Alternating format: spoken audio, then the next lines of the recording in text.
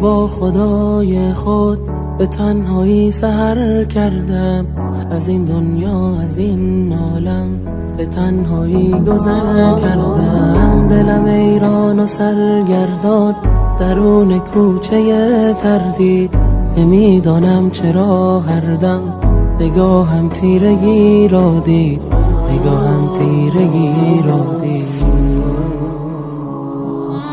یکی باید به من گوید کجای زندگی هستم و هر دم یاد من آرد چه عهدی با تو من بستم. دل غمگین و شیدایم میان غصه تنها شد که ناگه برق امیدی درون من هویدا شد. نمیدانی چه حسی داشت، چقدر شیرین و رویایی که الله در دلم گوید بیا بنده تو با مایی.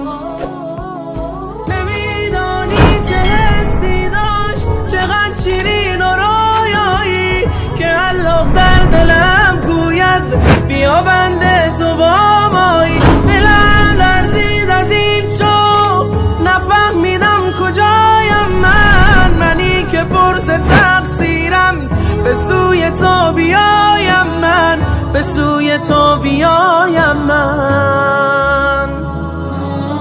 نشانم ده خدای من در راه سعادت را، تو یا رب روی من بگشا کلید استجابت را. بخوان بنده نمازت را که راز زندگی این است، همیشه یاد تو باشد کلید بندگی این است. خدایا شاکرت هستم که راحت را نشان دادی و در گرداب مشکل ها به این خاطی امان دادی. خدا لبخند زد بر من از آن صبرا گفتم، نماز بندگی خواندم. سیاهی ها دل خفتم.